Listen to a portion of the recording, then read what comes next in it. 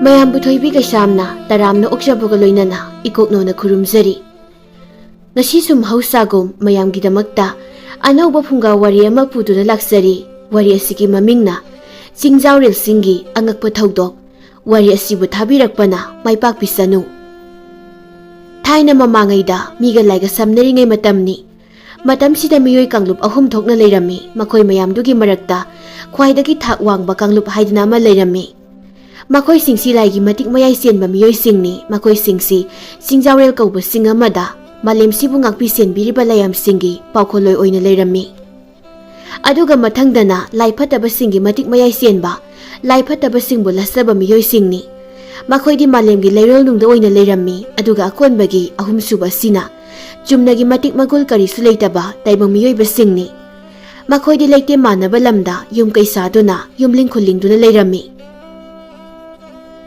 ꯃꯇꯝꯁꯤꯗ ꯂꯥꯏꯒꯤ ꯃꯇꯤꯛ ꯆꯦꯟꯕ ꯃꯤꯑꯣꯏꯁꯤꯡꯁꯤ ꯃꯇꯤꯛ ꯃꯒꯨꯟ ꯍꯟꯕꯒꯨꯝꯅ ꯇꯧꯔꯛꯂꯝꯃꯤ꯫ ꯑꯗꯨꯒ ꯂꯥꯏ ꯐꯠꯇꯕ ꯅꯤꯡꯕꯁꯤꯡꯕꯨꯅ ꯃꯇꯤꯛ ꯃꯒꯨꯟ ꯍꯦꯟꯒꯠꯂꯛꯄ ꯑꯗꯨꯒꯨꯝꯅ ꯇꯧꯔꯝꯃꯤ꯫ ꯃꯔꯝ ꯑꯁꯤꯅ ꯆꯤꯡꯖꯥꯎꯔꯦꯜꯁꯤꯡꯗ ꯂꯩꯕ ꯂꯨꯆꯤꯡꯕ ꯊꯧꯂꯦꯟꯅ ꯃꯅꯥꯏ ꯑꯃꯗ ꯑꯣꯟꯁꯤꯟꯗꯨꯅ ꯊꯧꯗꯥꯔꯝꯃꯤ꯫ ꯅꯈꯣꯏ ꯀꯅꯥ ꯂꯩ? ꯆꯤꯡꯖꯥꯎꯔꯦꯜꯒꯤ ꯊꯧ ꯄꯨꯔꯤꯕ ꯃꯥꯏꯀꯩ ꯉꯥꯛꯄ ꯃꯔꯤꯗꯣ ꯍꯧꯖꯤꯛꯃꯛ ꯑꯩꯒꯤ ꯅꯥꯛꯇ ꯂꯥꯛꯇꯕ ꯌꯥꯗꯦ ꯍꯥꯏꯔꯁꯨ꯫ ꯂꯨꯆꯤꯡꯕ ꯊꯧꯂꯦꯟꯒꯤ ꯋꯥꯗꯨ ꯇꯥꯕꯗ ꯃꯅꯥꯏ ꯑꯗꯨ ꯄꯟꯊꯗꯅ ꯃꯥꯏꯀꯩ ꯉꯥꯛꯄ ꯃꯔꯤꯒꯤ ꯃꯅꯥꯛꯇ ꯆꯠꯇꯨꯅ ꯄꯥꯎ ꯇꯝꯂꯝꯃꯤ꯫ ꯃꯥꯏꯀꯩ ꯉꯥꯛꯄ ꯃꯔꯤꯗꯨꯁꯨ ꯄꯥꯎꯗꯨ ꯇꯥꯕꯒ ꯄꯟꯊꯗꯅ ꯂꯨꯆꯤꯡꯕ ꯊꯧꯂꯦꯟꯒꯤ ꯃꯅꯥꯛ ꯇꯝꯅ ꯂꯥꯛꯂꯝꯃꯤ꯫ ꯃꯈꯣꯏ ꯃꯔꯤꯃꯛ ꯂꯨꯆꯤꯡꯕ ꯊꯧꯂꯦꯟ ꯎꯕꯗ ꯃꯀꯣꯛ ꯍꯥꯏꯐꯦꯠ ꯅꯣꯜꯂꯒ ꯑꯁꯨꯝꯅ ꯍꯥꯏꯔꯛꯏ꯫ ꯂꯨꯆꯤꯡꯕ, ꯑꯩꯈꯣꯏꯕꯨ ꯀꯧꯕꯤꯕꯕꯨ ꯀꯔꯤ ꯇꯥꯛꯄꯤꯒꯗꯕ? ꯊꯧꯂꯦꯟ ꯃꯈꯣꯏ ꯃꯔꯤꯗ ꯍꯥꯏꯐꯦꯠ ꯌꯦꯡꯂꯒ ꯑꯁꯨꯝꯅ ꯋꯥ ꯍꯧꯗꯣꯔꯛꯂꯝꯃꯤ꯫ ꯅꯈꯣꯏ ꯃꯔꯤꯕꯨ ꯑꯩꯅ ꯀꯧꯔꯤꯕꯁꯤ ꯑꯇꯩꯒꯤ ꯅꯠꯇꯦ꯫ ꯍꯧꯖꯤꯛ ꯄꯥꯈꯣꯜꯂꯣꯏ ꯑꯩꯈꯣꯏꯒꯤ ꯏꯇꯤꯛ ꯏꯒꯨꯟꯁꯦ ꯍꯟꯊꯕꯒꯤ ꯈꯨꯗꯣꯡꯆꯥꯕ ꯂꯧꯔꯒ ꯂꯥꯏ ꯐꯠꯇꯕ ꯅꯤꯡꯕꯁꯤꯡꯁꯤꯅ ꯑꯩꯈꯣꯏꯒꯤ ꯏꯊꯛꯇ ꯂꯥꯟꯗꯥꯔꯛꯄ ꯌꯥꯕꯒꯤ ꯈꯨꯗꯣꯡꯆꯥꯕ ꯋꯥꯡꯅ ꯂꯩꯔꯦ꯫ ꯑꯗꯨꯅ ꯂꯥꯟ ꯑꯁꯤ ꯊꯣꯛꯇ꯭ꯔꯤꯉꯩꯗ ꯑꯩꯈꯣꯏ ꯀꯔꯤ ꯇꯧꯁꯤꯒꯦ? ꯃꯁꯤ ꯈꯟꯕꯅ ꯐꯔꯣꯏꯗ꯭ꯔꯥ ꯈꯟꯕꯒꯤ ꯅꯈꯣꯏ ꯃꯔꯤꯕꯨ ꯋꯥ ꯇꯥꯟꯅꯒꯦ ꯀꯧꯕꯅꯤ꯫ ꯃꯈꯣꯏ ꯃꯔꯤꯗꯨ ꯂꯨꯆꯤꯡꯕꯒꯤ ꯋꯥꯗꯨ ꯃꯨꯟꯅ ꯇꯥꯔꯕꯗ ꯑꯋꯥꯡ ꯃꯥꯏꯀꯩ ꯉꯥꯛꯄ ꯂꯣꯏꯆꯤꯡꯈꯣꯝꯕꯅ ꯑꯁꯨꯝꯅ ꯍꯥꯏꯔꯛꯏ꯫ ꯂꯨꯆꯤꯡꯕ, ꯑꯩꯒꯤ ꯋꯥꯈꯜꯗꯗꯤ ꯃꯃꯥꯡꯗ ꯏꯄꯨ ꯈꯥꯔꯛꯄ ꯑꯩꯈꯣꯏꯒꯤ ꯃꯇꯝꯗꯨꯗ ꯇꯧꯈꯤꯕ ꯑꯗꯨꯒꯨꯝꯅ ꯍꯟꯗꯛꯃꯨꯛꯁꯨ ꯂꯥꯏ ꯐꯠꯇꯕ ꯃꯌꯥꯝꯅ ꯂꯥꯟꯁꯤꯜꯂꯛꯄ ꯉꯝꯗꯅꯕ ꯑꯀꯟꯕ ꯂꯥꯏꯋꯥꯒꯤ ꯄꯟꯅꯗꯣ ꯁꯦꯝꯒꯠꯂꯁꯤ ꯍꯥꯏꯅ ꯈꯟꯖꯩ꯫ ꯀꯔꯤ ꯀꯥꯏꯕꯒꯤ ꯂꯨꯆꯤꯡꯕ? ꯂꯨꯆꯤꯡꯕ ꯊꯧꯂꯦꯟ ꯋꯥꯈꯜ ꯉꯥꯏꯍꯥꯛ ꯈꯜꯂꯕ ꯇꯨꯡꯗ ꯑꯁꯨꯝꯅ ꯈꯨꯝꯂꯛꯏ꯫ ꯂꯣꯏꯆꯤꯡꯈꯣꯝꯕ, ꯅꯍꯥꯛꯅ ꯍꯥꯏꯔꯤꯕꯗꯨꯁꯨ ꯌꯥꯏ, ꯑꯗꯨꯕꯨ ꯃꯗꯨꯈꯛꯅꯗꯤ ꯌꯥꯔꯣꯏ ꯇꯧꯔꯤꯁꯤ꯫ ꯃꯈꯣꯏꯁꯤꯡꯁꯦ ꯍꯧꯖꯤꯛꯇꯤ ꯃꯄꯥꯡꯒꯜ ꯌꯥꯝꯅ ꯀꯜꯂꯦ ꯍꯥꯏꯕ ꯄꯥꯎ ꯑꯃ ꯇꯥꯔꯤ꯫ ꯂꯥꯏꯋꯥꯒꯤ ꯄꯟꯗꯨ ꯂꯥꯏꯅ ꯊꯨꯒꯥꯏꯔꯒ ꯂꯥꯟꯁꯤꯜꯂꯛꯂꯕꯗꯤ ꯑꯩꯈꯣꯏꯒꯤ ꯆꯤꯡꯖꯥꯎꯔꯦꯜꯁꯤꯡꯁꯦ ꯎꯠꯀꯤ ꯃꯐꯩ ꯑꯣꯟꯈꯤꯕꯒꯤ ꯈꯨꯗꯣꯡꯆꯥꯕꯗꯣ ꯆꯥꯎꯅ ꯂꯩ꯫ ꯃꯇꯝꯗꯨꯗ ꯅꯣꯡꯄꯣꯛ ꯃꯥꯏꯀꯩ ꯉꯥꯛꯄ ꯀꯩꯊꯧꯔꯦꯝꯕꯗꯨ ꯈꯣꯟꯖꯦꯜ ꯈꯖꯤꯛ ꯁꯦꯝꯂꯒ ꯑꯁꯨꯝꯅ ꯍꯥꯏꯔꯛꯏ꯫ ꯂꯨꯆꯤꯡꯕ, ꯑꯩꯒꯤ ꯃꯣꯠꯇꯗꯤ ꯆꯤꯡꯖꯥꯎꯔꯦꯜ ꯑꯁꯤꯗ ꯂꯩꯕ ꯅꯍꯥ ꯃꯈꯩ ꯅꯨꯄꯤ ꯅꯨꯄꯥ ꯈꯥꯏꯗꯅ ꯊꯥꯡꯒꯤ ꯊꯥꯡꯂꯣꯟ ꯇꯥꯒꯤ ꯇꯥꯔꯣꯜꯁꯤ ꯃꯔꯤꯛ ꯆꯨꯝꯅ ꯇꯥꯛꯄꯤ ꯇꯝꯕꯤꯔꯕꯗꯤ ꯈꯔ ꯁꯥꯐꯒꯅꯤ ꯍꯥꯏꯅ ꯈꯟꯖꯩ꯫ ꯑꯗꯨꯒ ꯂꯥꯏꯋꯥ ꯇꯝꯕꯤꯕ ꯃꯇꯝꯗ ꯊꯨꯅ ꯈꯪꯕ ꯍꯩꯕ ꯉꯝꯕ ꯅꯍꯥꯁꯤꯡꯅ ꯂꯥꯏꯋꯥ ꯇꯝꯕꯤꯗꯨꯅ ꯏꯇꯥꯎ ꯂꯣꯏꯆꯤꯡꯈꯣꯝꯕꯅ ꯍꯥꯏꯕ ꯑꯗꯨꯝꯅ ꯂꯥꯏꯋꯥꯒꯤ ꯄꯜ ꯑꯃ ꯑꯃꯨꯛ ꯅꯧꯅ ꯁꯥꯔꯁꯤ꯫ ꯃꯁꯤꯅ ꯐꯒꯗꯧ ꯃꯥꯜꯂꯤ ꯂꯨꯆꯤꯡꯕ꯫ ꯂꯨꯆꯤꯡꯕ ꯊꯧꯂꯦꯟ ꯀꯩꯊꯧꯔꯦꯝꯕꯒꯤ ꯋꯥꯗꯨ ꯇꯥꯕꯗ ꯍꯔꯥꯎꯅ ꯅꯣꯛꯂꯒ ꯑꯁꯨꯝꯅ ꯈꯨꯝꯂꯛꯏ꯫ ꯀꯩꯊꯧꯔꯦꯝꯕ, ꯅꯍꯥꯛꯅ ꯍꯥꯏꯔꯤꯕꯗꯨ ꯌꯥꯏ, ꯃꯗꯨ ꯑꯣꯏꯅ ꯇꯧꯔꯁꯤ꯫ ꯑꯗꯨ ꯑꯣꯏꯔꯕꯗꯤ ꯅꯍꯥ ꯃꯈꯩꯁꯦ ꯀꯔꯝꯕ ꯍꯤꯔꯝꯗ ꯆꯟꯅꯒꯅꯤ ꯍꯥꯏꯅ ꯆꯥꯡꯌꯦꯡ ꯑꯃ ꯇꯧꯕ ꯗꯔꯀꯥꯔ ꯑꯣꯏ꯫ ꯑꯗꯨꯅ ꯑꯋꯥꯡꯒꯤ ꯂꯝꯄꯥꯛꯇ ꯍꯌꯦꯡꯃꯛ ꯆꯍꯤ 10ꯗꯒꯤꯅ 19 ꯐꯥꯎꯕꯒꯤ ꯅꯨꯄꯥ ꯑꯃꯁꯨꯡ ꯅꯨꯄꯤ ꯃꯈꯩ ꯌꯦꯟꯗꯥ ꯑꯉꯟꯕꯗ ꯊꯨꯡꯂꯗꯕ ꯌꯥꯗꯦ ꯍꯥꯏꯅ ꯄꯥꯎꯖꯦꯜ ꯄꯤꯈꯣ꯫ ꯑꯁꯣꯝꯗꯁꯨ ꯂꯥꯏ ꯐꯠꯇꯕ ꯅꯤꯡꯕ ꯃꯌꯥꯝꯒꯤ ꯃꯀꯣꯛ ꯑꯗꯨ ꯃꯈꯣꯏꯒꯤ ꯂꯥꯏꯃꯤꯠ ꯊꯧꯕ ꯇꯃꯨꯒ ꯃꯨꯈꯤ ꯑꯅꯤꯒ ꯂꯣꯏꯅꯅ ꯋꯥ ꯇꯥꯟꯅꯔꯝꯃꯤ꯫ ꯂꯥꯏ ꯐꯠꯇꯕ ꯅꯤꯡꯕ ꯃꯌꯥꯝꯒꯤ ꯃꯀꯣꯛ ꯑꯃꯨꯇꯣꯟꯗꯨ ꯃꯈꯣꯏ ꯑꯅꯤꯗ ꯑꯣꯟꯁꯤꯜꯂꯒ ꯑꯁꯨꯝꯅ ꯍꯥꯏꯔꯛꯏ꯫ ꯏꯕꯦꯟ ꯑꯅꯤ, ꯍꯟꯗꯛꯇꯤ ꯑꯆꯨꯝꯕ ꯆꯠꯄ ꯁꯥꯕ ꯆꯤꯡꯖꯥꯎꯔꯦꯜꯁꯤꯡꯗ ꯂꯩꯔꯤꯕ ꯑꯍꯩ ꯑꯄꯥ ꯃꯌꯥꯝꯗꯣ ꯃꯇꯤꯛ ꯃꯒꯨꯟ ꯂꯩꯍꯜꯂꯤ ꯍꯥꯏꯅ ꯄꯥꯎ ꯇꯥꯏ꯫ ꯑꯗꯨꯅ ꯑꯩ ꯃꯈꯣꯏꯒꯤ ꯃꯊꯛꯇ ꯑꯀꯟꯕ ꯂꯥꯟ ꯑꯃ ꯇꯧꯁꯤꯔꯥ ꯍꯥꯏꯅ ꯈꯜꯂꯤ꯫ ꯃꯨꯈꯤ ꯑꯃꯨꯇꯣꯟꯒꯤ ꯋꯥꯗꯣ ꯇꯥꯕꯗ ꯈꯣꯟꯖꯦꯜ ꯇꯅꯤꯛ ꯇꯅꯤꯛꯅ ꯈꯨꯝꯂꯛꯏ꯫ ꯏꯕꯨꯡꯉꯣ, ꯂꯨꯆꯤꯡꯕ, ꯅꯕꯦꯟꯗꯤ ꯃꯗꯨ ꯑꯐꯕ ꯊꯕꯛ ꯅꯠꯇꯦ, ꯑꯐꯕ ꯑꯣꯏꯒꯗꯧꯕ ꯃꯥꯟꯗꯦ꯫ Mukhidi lai phattaba ira thongni tawjarabasu atopagi phattanaba thabak tawbu pamdabu nupini. Tasengbadi mahaki mapa mamana mafamsida poklubu oibana mahak mapa mapugi laibu ira thongni tawjabani adubu phattabu wakhaldi khalamde. Mukhigi wadu tabada tamuna tap oklaga asumna khumlai. Mukhi airi ꯑꯩꯈꯣꯏꯒꯤ ꯂꯨꯆꯤꯡꯕꯅ ꯍꯥꯏꯔꯤꯕ ꯋꯥꯐꯝꯁꯦ ꯑꯆꯨꯝꯕ ꯑꯣꯏꯒꯅꯤ ꯍꯥꯏꯅ ꯈꯜꯂꯤ꯫ ꯌꯦꯡꯉꯨ, ꯃꯈꯣꯏꯅ ꯑꯩꯈꯣꯏꯗꯒꯤ ꯀꯔꯤꯕꯨ ꯍꯦꯟꯒꯦ? ꯃꯈꯣꯏꯅ ꯑꯋꯥꯡꯕꯁꯤꯡꯗ ꯅꯨꯡꯉꯥꯏꯅ ꯂꯩꯔꯦ꯫ ꯌꯦꯡꯉꯨ, ꯑꯗꯨꯒ ꯑꯩꯈꯣꯏꯅ ꯑꯁꯤꯗ ꯂꯩꯅꯨꯡ ꯁꯨꯔꯨꯡꯁꯤꯗ ꯆꯥꯔꯦ ꯆꯥꯐꯝ ꯈꯪꯗ, ꯊꯛꯂꯦ ꯊꯛꯐꯝ ꯈꯪꯗ꯫ ꯑꯁꯤ ꯂꯦꯟꯕꯁꯤꯔꯣ ꯅꯍꯥꯛꯅ ꯄꯥꯝꯂꯤꯕꯁꯦ? ꯅꯍꯥꯛꯇꯤ ꯅꯨꯡꯉꯥꯏꯔꯝꯕ ꯌꯥꯏ, ꯑꯩꯈꯣꯏꯗꯤ ꯈꯜꯂꯨꯔꯒ ꯈꯣꯏꯗꯧꯁꯦ ꯄꯨꯔꯛ ꯄꯨꯔꯛ ꯁꯥꯏ꯫ Mukhida mukhi waduda kari swaisa bangangda ik ataw dun lay matawduda amutona asum nairai. Ibin ani amuk tataptabi ko wa khana siyaraga nakalamarom na sakhi kadawre. Tamu sorsang na hondoklaga tapna sum nairai. Lusingba adugidi toyna wabiruno. Lusingbagi yathangduda tawthabiyo. Makhataba thabakti nanay na bena phanaba loyna tawsage. Asum tawna wata naraga hanubidusu mayumda hankirami. Mathangi ayukta Chingjawra singi awang thangbada leiriba lambak asogbududa makoigi naha nupa nupi mayamdu tilami mayam maraktuda piba reels yauri. Piba ubada Janingsu noklaga asum nairai. Da piba silaw. Asi haiduna Janing piba da onsilaga makhut khatli. Piba sumadu ubada Janingi manakta sangsilaga asum nairai. Janing, miyam tinma mafamsida karigino ikhat khasinai duba. Janing, pibagi wadu tabada masin khajik paithoklaga asumna khumlai. Sida laona kobasisu ikhat khatpa kauraba. Luiri, da piba nangse yam lemina. Yam lemina tawja saido ipakti paktakai. Piba Janingi wadu tabada maya siksinaraga khonjen piklapna asum nairai. Mi mayam mamangsida ngangdo ikaidabro tumina ngak layo. Handa mukti Janing mamito khana pibada yengamlaga tumina laikhirami. Pibadi lewa sonbagi maramdadi mahaka thoina sanaramde aduna thangkong kanglong thagi tharon oina tambagi adomda thajilami. Adubu Janingdi lewa sonbasu hanadagi Mapuna tambirambu oibana leiwa sonbadi pangnuknopu oiramde. Aduna leiwa sonba tambibagi adomda oina thasilami. Pibaga Janinggasu tampham tinadabana toina unnaba phangkhidre. Nongmadi Janing makhoigi leiwa sonba tambiriba ojaduda pibagi manakta chitluge haizarami. Ojadunasu harauna yarami. Janing haira khara heklaga pibana thangta tamliba adomda laklami. Thongakpadu ubada Janingna asum nairai.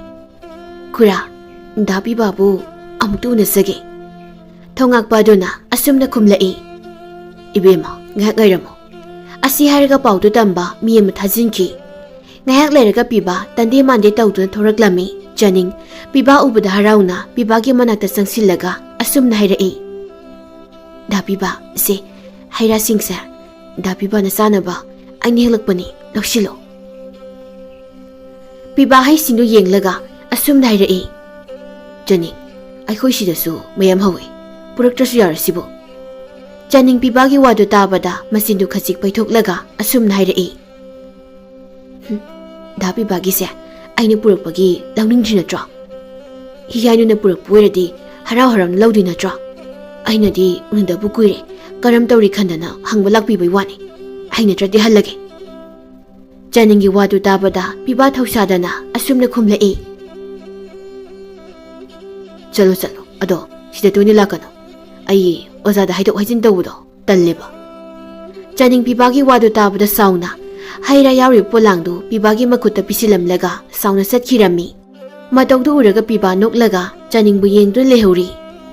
Nakalamaromdana laisanabi tamuna makhoigi lariba lanmisingdu laiwa solaga hingsabagi matik mayai senba mi oina ohelami.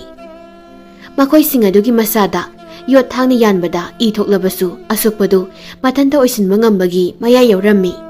Adugi sumathakta makhoigi masada karigumba mana asuk apan pirebasu chainade mata phauramde.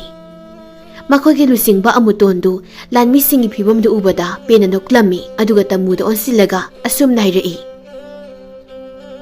ꯏꯕꯦꯟ, ꯅꯁꯨ ꯄꯦꯜꯂꯦ, ꯏꯕꯦꯟꯒꯤ ꯇꯧꯕ ꯉꯝꯕꯁꯤ ꯎꯕꯗ꯫ ꯇꯃꯨꯁꯨ ꯅꯣꯛꯂꯒ ꯑꯁꯨꯝꯅ ꯈꯨꯝꯂꯛꯏ꯫ ꯑꯗꯨꯕꯨꯗꯤ ꯑꯩꯁꯦ ꯇꯃꯨꯅꯤꯅꯦ ꯇꯃꯨ, ꯑꯩꯅ ꯉꯝꯗꯕ ꯑꯃꯠꯇ ꯂꯩꯇꯦ꯫ ꯇꯃꯨꯒꯤ ꯋꯥꯗꯨꯗ ꯃꯨꯈꯤꯗꯤ ꯃꯄꯨꯛꯅꯤꯡꯗ ꯑꯁꯨꯝꯅ ꯈꯜꯂꯝꯃꯤ꯫ ꯇꯃꯨ, ꯅꯍꯥꯛꯅ ꯉꯁꯤ ꯇꯧꯔꯤꯕꯁꯤꯒꯤ ꯃꯍꯩꯗꯤ ꯅꯍꯥꯛ ꯀꯔꯤ ꯑꯣꯏꯒꯅꯤ ꯈꯪꯗ꯭ꯔ ꯃꯥꯜꯂꯦ꯫ ꯄꯣꯂꯣꯏꯗ ꯅꯍꯥꯛ ꯑꯋꯥꯐꯝꯗ ꯇꯥꯒꯅꯤ ꯍꯥꯏꯕꯁꯦ ꯅꯁꯥꯅ ꯈꯪꯗ꯭ꯔ ꯃꯥꯜꯂꯦ꯫ ꯑꯃꯨꯖꯥꯎ ꯇꯃꯨꯗ ꯑꯣꯟꯁꯤꯜꯂꯒ ꯑꯁꯨꯝꯅ ꯍꯥꯏꯔꯛꯏ꯫ ꯏꯕꯦꯟ, ꯂꯥꯟꯃꯤꯁꯤꯡꯁꯦ ꯍꯧꯖꯤꯛꯃꯛ ꯆꯤꯡꯖꯥꯎꯔꯦꯜ ꯆꯤꯡꯂꯣꯝꯗ ꯈꯣꯡꯁꯥꯟꯕ ꯌꯥꯔꯒꯗ꯭ꯔꯥ? ꯇꯃꯨ ꯉꯥꯏꯍꯥꯛ ꯂꯩꯔꯒ ꯇꯞꯅ ꯈꯨꯝꯂꯛꯏ꯫ ꯂꯨꯆꯤꯡꯕ, ꯃꯗꯨꯗꯤ ꯌꯥꯈꯤꯔꯣꯏ꯫ ꯍꯟꯗꯛꯀꯤ ꯊꯥꯅꯤꯜꯁꯤ ꯐꯥꯎꯕꯗꯤ ꯑꯩꯈꯣꯏ ꯉꯥꯏꯈꯤꯁꯤ, ꯃꯗꯨ ꯅꯠꯇ꯭ꯔꯕꯗꯤ ꯃꯈꯣꯏꯒꯤ ꯃꯇꯤꯛ ꯃꯌꯥꯏꯁꯦ ꯃꯥꯡꯈꯤꯕ ꯌꯥꯏ, ꯃꯗꯨꯅ ꯑꯗꯨ ꯐꯥꯎꯕꯗꯤ ꯉꯥꯏꯈꯤꯁꯤ꯫ ꯑꯁꯨꯝ ꯇꯧꯅ ꯂꯥꯏ ꯐꯠꯇꯕ ꯅꯤꯡꯕ ꯃꯌꯥꯝꯗꯨ ꯊꯥꯅꯤꯜ ꯅꯨꯃꯤꯠ ꯉꯥꯏꯗꯨꯅ ꯂꯩꯈ꯭ꯔꯦ꯫ ꯅꯥꯀꯜ ꯑꯃꯔꯣꯝꯗꯅ ꯆꯤꯡꯖꯥꯎꯔꯦꯜ ꯆꯤꯡꯗꯁꯨ ꯃꯈꯣꯏꯒꯤ ꯅꯍꯥ ꯃꯌꯥꯝꯗꯨ ꯃꯇꯧ ꯀꯔꯝꯅ ꯂꯥꯟꯐꯝꯗ ꯁꯔꯨꯛ ꯌꯥꯒꯅꯤ ꯑꯃꯗꯤ ꯃꯇꯧ ꯀꯔꯝꯅ ꯂꯩꯋꯥ ꯁꯣꯟꯕꯒꯤ ꯆꯥꯡꯌꯦꯡ ꯇꯧꯒꯅꯤ ꯍꯥꯏꯕ ꯃꯌꯥꯝꯗꯨ ꯅꯤꯡꯊꯤꯅ ꯇꯥꯛꯄꯤ ꯇꯝꯕꯤꯔꯝꯃꯤ꯫ ꯃꯇꯝ ꯈꯔ ꯍꯧꯈ꯭ꯔꯦ, ꯊꯥꯅꯤꯜ ꯅꯨꯃꯤꯠꯁꯨ ꯌꯧꯔꯛꯂꯝꯃꯤ꯫ ꯅꯨꯃꯤꯠ ꯑꯁꯤꯗ ꯆꯤꯡꯖꯥꯎꯔꯦꯜ ꯆꯤꯡꯗꯅ ꯊꯥꯅꯤꯜ ꯅꯨꯃꯤꯠꯀꯤ ꯃꯥꯂꯦꯝ ꯏꯃꯥꯕꯨ ꯅꯤꯡꯖꯕ ꯑꯣꯏꯅ ꯃꯩꯔꯥ ꯂꯥꯡꯗꯨꯅ ꯆꯤꯡꯗꯨꯒꯤ ꯑꯀꯣꯏꯕꯗꯨ ꯃꯩꯅ ꯄꯨꯡꯉꯥꯟ ꯉꯥꯜꯂꯤ꯫ ꯆꯅꯤꯡꯁꯨ ꯃꯈꯨꯠꯇ ꯂꯩꯕꯥꯛꯀꯤ ꯆꯐꯨ ꯃꯆꯥ ꯑꯃꯗ ꯑꯊꯨꯝ ꯑꯍꯥꯎ ꯈꯔ ꯄꯥꯏꯔꯒ ꯊꯦꯡꯅꯕ ꯈꯨꯗꯤꯡ ꯌꯦꯜꯂꯤ꯫ ꯆꯅꯤꯡ ꯄꯤꯕꯥ ꯎꯕꯗ ꯄꯤꯕꯥꯗ ꯑꯣꯟꯁꯤꯜꯂꯒ ꯑꯁꯨꯝꯅ ꯍꯥꯏꯔꯛꯏ꯫ ꯗꯥ ꯄꯤꯕꯥ, ꯏꯆꯦ, ꯍꯩꯉꯥꯟꯅꯤ, ꯁꯤ ꯆꯥꯎꯁꯤ꯫ ꯄꯤꯕꯥ ꯅꯣꯛꯈꯤ ꯅꯣꯛꯈꯤ ꯇꯧꯗꯨꯅ ꯍꯩꯉꯥꯟꯗꯨ ꯂꯧꯔꯒ ꯆꯥꯅꯤꯡꯗ ꯂꯛꯅꯔꯛꯏ꯫ ꯂꯛꯅꯔꯒꯦ ꯃꯇꯥꯒꯨꯝ ꯑꯁꯨꯝꯅ ꯍꯥꯏꯔꯛꯏ꯫ ꯆꯅꯤꯡ, ꯅꯪꯅ ꯉꯥꯟꯕ ꯍꯩꯉꯥꯜ ꯑꯣꯏꯔꯗꯤ ꯆꯥꯗꯧꯕꯕꯨ ꯇꯜꯂꯤ꯫ ꯆꯅꯤꯡꯁꯨ ꯁꯨꯛꯇꯣꯛꯂꯒ ꯑꯁꯨꯝꯅ ꯈꯨꯝꯂꯛꯏ꯫ ꯑꯩꯁꯨꯅꯦ, ꯑꯁꯤ ꯍꯥꯏꯔꯅꯤꯁꯦ ꯈꯪꯂꯕꯅꯤ꯫ ꯍꯣꯏ ꯏꯕꯨꯡꯉꯣ, ꯑꯩꯅ ꯉꯥꯟꯕ ꯅꯠꯇꯦ, ꯑꯩꯈꯣꯏ ꯏꯃꯥꯅ ꯉꯥꯟꯕꯅꯤ, ꯀꯩꯁꯨ ꯇꯧꯔꯣꯏ, ꯆꯥꯁꯤꯜꯂꯣ꯫ ꯅꯥꯀꯜ ꯑꯃꯔꯣꯝꯗꯅ ꯑꯃꯨꯖꯥꯎ ꯑꯃꯗꯤ ꯇꯥꯃꯨ, ꯃꯈꯣꯏ ꯑꯅꯤꯅ ꯐꯠꯇꯕ ꯂꯩꯋꯥ ꯁꯣꯜꯂꯕ ꯃꯈꯣꯏꯒꯤ ꯂꯥꯟꯃꯤ ꯃꯌꯥꯝꯗꯨ ꯄꯔꯦꯡ ꯄꯔꯦꯡ ꯂꯦꯞꯍꯜꯂꯝꯃꯤ꯫ ꯂꯥꯟꯃꯤꯁꯤꯡꯗꯨꯗ ꯑꯣꯟꯁꯤꯜꯂꯒ ꯑꯃꯨꯖꯥꯎꯅ ꯑꯁꯨꯝꯅ ꯂꯥꯎꯔꯛꯂꯝꯃꯤ꯫ ꯍꯧꯖꯤꯛꯃꯛ ꯆꯤꯡꯖꯥꯎꯔꯦꯜꯁꯤꯡꯗ ꯆꯠꯇꯨꯅ ꯃꯐꯝꯗꯨ ꯂꯩꯔꯤꯕ ꯑꯆꯨꯝꯕ ꯆꯠꯄ ꯁꯥꯕ ꯃꯌꯥꯝꯗꯣ ꯊꯦꯡꯅ ꯃꯈꯩ ꯃꯉꯛ ꯀꯛꯀꯗꯕꯅꯤ, ꯑꯗꯨꯒ ꯃꯈꯣꯏꯒꯤ ꯆꯤꯡꯖꯥꯎꯔꯦꯜꯁꯤꯡꯗꯣ ꯑꯩꯈꯣꯏꯅ ꯑꯣꯏꯅ ꯄꯥꯟꯒꯗꯕꯅꯤ꯫ ꯑꯃꯨꯖꯥꯎꯒꯤ ꯋꯥꯗꯨ ꯇꯥꯕꯗ ꯂꯥꯟꯃꯤ ꯃꯌꯥꯝꯗꯨ ꯂꯨꯆꯤꯡꯕ ꯑꯃꯨꯖꯥꯎꯅ ꯌꯥꯏꯐꯔꯦ ꯍꯥꯏꯅ ꯂꯥꯎꯅꯔꯛꯂꯝꯃꯤ꯫ ꯆꯤꯡꯖꯥꯎꯔꯦꯜꯁꯤꯡꯗꯅ ꯃꯐꯝꯗꯨꯗ ꯂꯩꯔꯤꯕ ꯃꯌꯥꯝꯗꯨ ꯃꯥꯂꯦꯝ ꯏꯃꯥꯕꯨ ꯅꯤꯡꯁꯤꯡꯕ ꯑꯣꯏꯅ ꯃꯌꯥꯝꯗ ꯍꯔꯥꯎ ꯇꯌꯥꯝꯅ ꯂꯩꯃꯤꯟꯅꯔꯤ꯫ ꯑꯆꯥ ꯑꯊꯛ ꯆꯥꯗꯨꯅ ꯏꯁꯩ ꯅꯣꯡꯃꯥꯏ ꯇꯧꯗꯨꯅ ꯂꯩꯅꯔꯤ꯫ ꯃꯇꯝ ꯑꯁꯤꯗ ꯑꯃꯨꯖꯥꯎꯗꯨ ꯃꯍꯥꯛꯀꯤ ꯂꯥꯟꯃꯤ ꯃꯌꯥꯝꯒ ꯂꯣꯏꯅꯅ ꯆꯤꯡꯖꯥꯎꯔꯦꯜ ꯆꯤꯡꯒꯤ ꯊꯣꯡꯖꯤꯟ ꯌꯧꯁꯤꯜꯂꯛꯂꯝꯃꯤ꯫ ꯑꯃꯨꯖꯥꯎ ꯊꯣꯡꯖꯤꯜꯗ ꯂꯦꯞꯂꯒ ꯂꯥꯟꯃꯤꯁꯤꯡꯅ ꯑꯣꯟꯁꯤꯜꯂꯒ ꯑꯁꯨꯝꯅ ꯍꯥꯏꯔꯛꯏ꯫ ꯂꯥꯟꯃꯤꯁꯥ, ꯃꯁꯤꯒꯤ ꯊꯣꯡꯖꯥꯎꯁꯤ ꯍꯧꯖꯤꯛꯃꯛ ꯅꯝꯈꯥꯏꯔꯒ ꯃꯁꯤꯒꯤ ꯃꯅꯨꯡꯗ ꯆꯪꯅꯕ ꯇꯧ꯫ ꯂꯥꯟꯃꯤ ꯃꯌꯥꯝꯗꯨꯁꯨ ꯃꯈꯣꯏꯒꯤ ꯂꯨꯆꯤꯡꯕꯒꯤ ꯌꯥꯊꯪ ꯐꯪꯕꯗ ꯊꯣꯡꯖꯥꯎꯗꯨ ꯅꯝꯈꯥꯏꯒꯦ ꯇꯧꯏ꯫ ꯑꯗꯨꯕꯨ ꯃꯇꯝꯗꯨꯗ ꯊꯣꯡꯖꯥꯎ ꯑꯗꯨ ꯃꯅꯨꯡꯗꯒꯤ ꯀꯅꯥꯒꯨꯝꯕ ꯈꯔꯅ ꯍꯥꯡꯗꯣꯔꯛꯂꯝꯃꯤ꯫ ꯊꯣꯡꯖꯥꯎ ꯑꯗꯨꯕꯨ ꯍꯥꯡꯗꯣꯔꯛꯂꯤꯕꯗꯨ ꯑꯇꯩ ꯀꯅꯥꯁꯨ ꯅꯠꯇꯦ, ꯆꯤꯡꯖꯥꯎꯔꯦꯜ ꯆꯤꯡꯒꯤ ꯃꯈꯥ ꯃꯥꯏꯀꯩ ꯉꯥꯛꯄ ꯂꯣꯏꯇꯣꯡꯕꯒꯤ ꯇꯨꯡ ꯏꯟꯕ ꯈꯔꯅꯤ꯫ ꯊꯣꯡ ꯑꯗꯨꯗ ꯑꯃꯨꯖꯥꯎ ꯉꯛꯅ ꯌꯦꯡꯉꯤ ꯎꯔꯦ꯫ ꯊꯣꯡ ꯑꯗꯨꯅ ꯃꯄꯨꯡ ꯐꯥꯅ ꯍꯥꯡꯗꯣꯔꯛꯄ ꯃꯇꯝꯗꯗꯤ ꯂꯣꯏꯇꯣꯡꯕꯗꯨ ꯃꯍꯥꯛꯀꯤ ꯇꯨꯡ ꯏꯟꯕ ꯈꯔꯒ ꯂꯦꯞꯂꯤꯕꯗꯨ ꯎꯔꯝꯃꯤ꯫ ꯃꯗꯨ ꯎꯕꯗ ꯑꯃꯨꯖꯥꯎ ꯑꯈꯥꯕ ꯃꯤꯅꯣꯛ ꯑꯃ ꯅꯣꯛꯂꯒ ꯑꯁꯨꯝꯅ ꯍꯥꯏꯔꯛꯏ꯫ ꯂꯥꯟꯃꯤꯁꯥ, ꯊꯦꯡꯅꯕ ꯈꯨꯗꯤꯡ ꯃꯉꯛ ꯀꯛꯂꯣ꯫ ꯂꯥꯟꯃꯤꯁꯤꯡꯗꯨ ꯃꯈꯣꯏꯒꯤ ꯂꯨꯆꯤꯡꯕꯒꯤ ꯌꯥꯊꯪ ꯐꯪꯂꯕꯗ ꯃꯈꯨꯠꯇ ꯄꯥꯏꯔꯤꯕ ꯈꯨꯠꯂꯥꯏꯗꯨ ꯊꯥꯡꯒꯠꯂꯒ ꯃꯅꯨꯡꯂꯣꯝꯗ ꯆꯦꯟꯁꯤꯟꯈꯤꯔꯝꯃꯤ꯫ ꯃꯇꯧꯗ ꯂꯣꯏꯇꯣꯡꯕꯗꯤ ꯇꯨꯃꯤꯟꯅ ꯌꯦꯡꯗꯨꯅ ꯂꯩꯔꯝꯃꯤ꯫ ꯂꯣꯏꯇꯣꯡꯕꯅ ꯑꯁꯨꯝꯅ ꯇꯧꯔꯤꯕꯒꯤ ꯑꯆꯧꯕ ꯃꯔꯝ ꯑꯃꯁꯨ ꯂꯩꯔꯝꯃꯤ꯫ ꯆꯤꯡꯖꯥꯎꯔꯦꯜ ꯆꯤꯡꯒꯤ ꯂꯨꯆꯤꯡ ꯐꯝꯊꯣꯟꯁꯤ ꯀꯨꯏꯔꯕꯅꯤ ꯂꯣꯏꯇꯣꯡꯕꯅ ꯄꯥꯝꯂꯛꯄ꯫ ꯉꯁꯤꯒꯤ ꯑꯁꯤꯒꯨꯝꯕ ꯇꯥꯟꯖꯥꯁꯤꯅꯤ ꯃꯍꯥꯛꯅ ꯃꯇꯝ ꯀꯨꯏꯅꯗꯒꯤ ꯉꯥꯏꯔꯛꯂꯤꯕ꯫ ꯑꯃꯨꯖꯥꯎ ꯂꯣꯏꯇꯣꯡꯕꯗ ꯑꯈꯥꯕ ꯃꯤꯅꯣꯛ ꯑꯃ ꯅꯣꯛꯁꯤꯜꯂꯝꯂꯒ ꯃꯍꯥꯛꯁꯨ ꯃꯅꯨꯡ ꯆꯪꯈꯤꯔꯝꯃꯤ꯫ ꯂꯣꯏꯇꯣꯡꯕꯗꯤ ꯃꯍꯥꯛꯅ ꯂꯦꯞꯂꯤꯕ ꯃꯐꯝꯗꯨꯗ ꯂꯦꯡꯗꯅ ꯗꯨꯃꯛ ꯂꯦꯞꯂꯒ ꯂꯩꯔꯤ꯫ ꯑꯃꯨꯖꯥꯎꯒꯤ ꯇꯥꯃꯨꯅ ꯐꯠꯇꯕ ꯂꯩꯋꯥ ꯁꯣꯜꯂꯛꯂꯤꯕ ꯂꯥꯟꯃꯤꯁꯤꯡꯗꯨ ꯃꯈꯨꯠꯇ ꯄꯥꯏꯔꯤꯕ ꯈꯨꯠꯂꯥꯏꯁꯤꯡꯗꯨꯅ ꯊꯦꯡꯅꯕ ꯃꯤꯈꯩ ꯍꯥꯠꯄ ꯍꯧꯔꯛꯂꯝꯃꯤ꯫ ꯃꯇꯝꯁꯤꯗ ꯆꯤꯡꯖꯥꯎꯔꯦꯜ ꯆꯤꯡꯒꯤ ꯅꯍꯥ ꯑꯃꯅ ꯄ꯭ꯔꯞ ꯆꯦꯜꯂꯛꯂꯒ ꯂꯨꯆꯤꯡꯕ ꯊꯧꯂꯦꯟꯗ ꯑꯁꯨꯝꯅ ꯄꯥꯎ ꯇꯝꯂꯝꯃꯤ꯫ ꯂꯨꯆꯤꯡꯕ, ꯂꯥꯏ ꯐꯠꯇꯕ ꯅꯤꯡꯕ ꯃꯀꯣꯛ ꯑꯃꯨꯖꯥꯎꯅ ꯃꯥꯅ ꯂꯨꯆꯤꯡꯂꯒ ꯑꯩꯈꯣꯏꯒꯤ ꯆꯤꯡꯖꯥꯎꯔꯦꯜ ꯆꯤꯡꯁꯤꯗ ꯂꯥꯟꯗꯥꯔꯛꯂꯦ꯫ ꯊꯧꯂꯦꯟ ꯋꯥꯗꯨ ꯇꯥꯕꯗ ꯑꯁꯨꯝꯅ ꯍꯥꯏꯔꯛꯏ꯫ Kori, husingmak, mai kay ngakpo marimak, lanteng nanaba, sim saro tamluso. Thaulengi wadu tabada, nahadu panthadana, mai kay ngakpo singi manakta satkirami. Mai kay ngakpa humdudi, amuzawgi lami mayamduga kana lanteng nari. Aduba lanmi singdu, laywason ki boybana, makoy masada, yot thang na sang mangamlamde. Aduna makoy di, mapanggal halamde. Singjawel singi lanmi mayamdudi, asok apan sunyak silakpadagi, mapanggal halaklami. Asum na kan balana masok na rabatungda, amuzawgi lanmi mayamna, singjawel singi lusing batawlen bu parami. Mahagda natana, may kay ngakpa humdus yaurami. Matam sila loitong bana, amuzawa sang minarak pa ubada, ngak na, kay tawrin ba na hayrai. Loitong ba? Nang magna, tangi karitong sa balay bagino. Nahak na, mipata sige damak, ay ko'y mayukta layribadi. Loitong ba? Kay tawrin magi wado taraga, nokning na nanoklaga, asam na kumlai. Ay hitong sa balay bagini, ay nitawribasi. Na ko'y mayam sila itrabadi, ay na, singjawel singsigi, lusing mo daw. Ilay-lay na, oy bayari na. Na ko'y lay pa na, ay gianing basi, tong mangamda larik di basi. Matam kayam kuire. Nga sige sigumutanza sini, ay na matam kuy na dagi, ngarik libasi. Asi haidro loitong ba penanok lami. Matawdro loising kombado, saw na loitong bado on silaga, asum na hayrai. Loitong ba, nahak na buksel asuk piklangun haibasi, nung muta sukalu dabani. Ay kuya nahak po, asing umarup amagong na kalubani. Adubo nga sidi, maduy tasabado, nahak na manghali. Tuy, tugadze. Loitong ba, loising ko mana, ado na matin sisilagpa dudagi, may hawa makay saraklami. Ado loising ko magi mamayda, loitong magi kutsaw do na, akan masapu ang magaloy na na, tasilami, ado ga asum na hayrai. Nang gumanaso, loitong ba ay gimayda, din nga sisinsari, natoy masado, lanbi mo ngambani, kaw tababay. Matam sita amuzaw na, loitong ba doon silaga, asum na hayrai. Loitong ba? Karigino, ay ko ikuta, baligi haming oida na layriba singsiga, manarido mo. Nahaki, takhanta na ba, taba karigi tawriba no? Adu isaruk, na ko'y ipazaba-zaba mapamsingdo, ay buyang halo. Mako'y yon sinaraga, kadang na ba ni? Asi haydo na amuzawa loitong bagado, nok-nok laga, mapamdo dagi tokirami. Tawlen amadi may kayak pa humdo, mako'y anin sakibado, upay layta, tumina yengdo lehawi.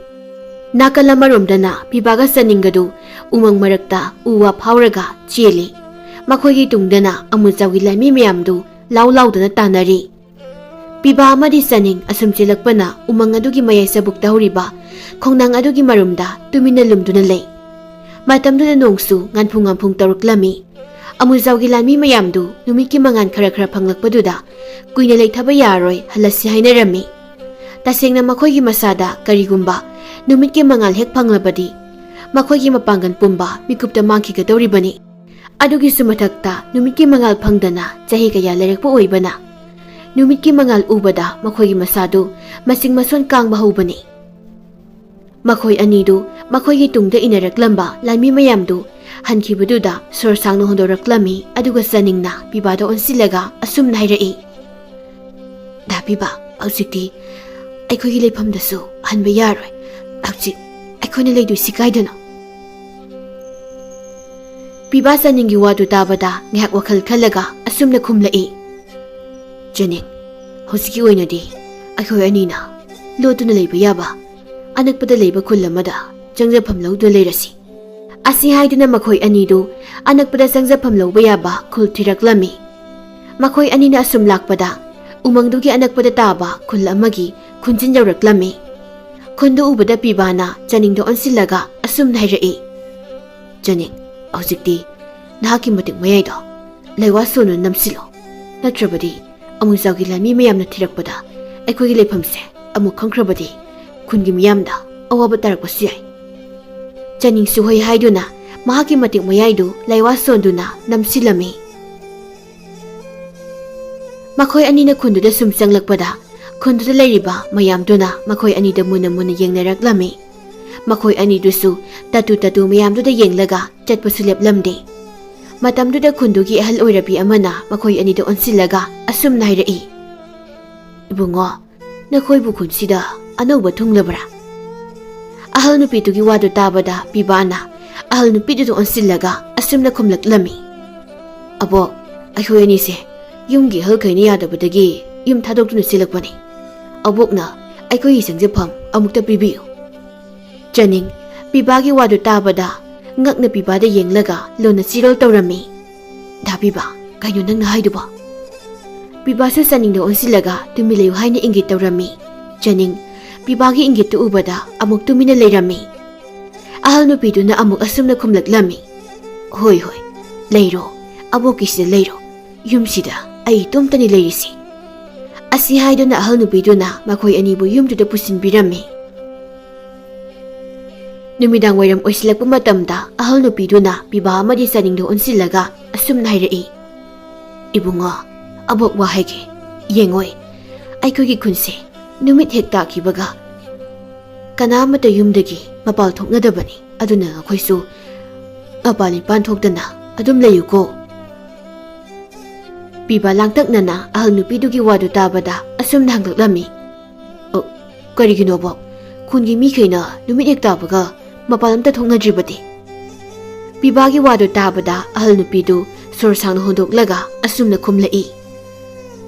Ha, atagi nati aikogi khunse numit hek tabaga lai phataba mana yitkhai tingkhai piribani. Ngalingai numit ki mangal phanglekhai pai. Numit hek takibaga lai phataba tuna aki khang pirak toribani. Adunani kanamatana mapau thoknaba ngamdribasi. Ahal nupiduna tumina ngahak leiraga tapna sum hairai. Ibungo, nakhoisu chathoktana leyo. Changan charagane ngan hek potharo. Ahal nupidugi wadu tabada pibana sumna khumlai. Hoi abok, abok sungana pothabiro. Piba hoi haina khumlabasu wakhalda sumna khalami. Makhoina haribase hasibu karino mase khangdoktabu yade. Mira laira karino haibado hore numidang khara thenglakpaga lumduna yengthoktaba yade. Asi khanduna piba numidangi matam ngaiduna leirami. Numidangi matam oisilakpada khundu pumchik chiklami. Kanagumba matam mapana thokpa ngamnaramde. Changan charaga loina pothanarami. Numidang khara thengjilakpa matamda piba mahaki kusu thangdu paikhallaga mapalda thoklaklami. Piba khundugi akoibadu koina satuna yenglami. Adubu karisu thoina akaiba laiphataba leibagi mami uramde. Pibagi wakhalda asumna khallami. Abuk adunadi oidabu khak ngakloi. Adubu lai phataba leibagi mamidi ude tawrisi. Asumna khalingaida nakanda kanagumba masien khibagi samin phanglaklami. Piba panthadana maikaidumna sengkhribaduda tanarami. Pibana sumselaga tanarakpada kasinamadagi phimu setpa angang nupa ama pibada phallangna somsilaklami. Piba sungakna angang nupadugi makhut makhongdu phajinabu hotnarami. Angang nupadusu nanthoknaba kanna hotnarami. Angang nupa aduga pibaga kanna muknaraba tungda pibana angang nupadu phajilami. Matamduda pibana angang nupaduda onsilaga asumda hairai. Ibungo, karigino nahakna athengma numidang asida laiphataba saribade. Nahakna sumna tawbasina khungi misingda aki khang pi haibase nang khangdabra. Kari maramgino nahakna asumna tawribase. Angang da pibada kirup tawna yenglaga asumna khumlai.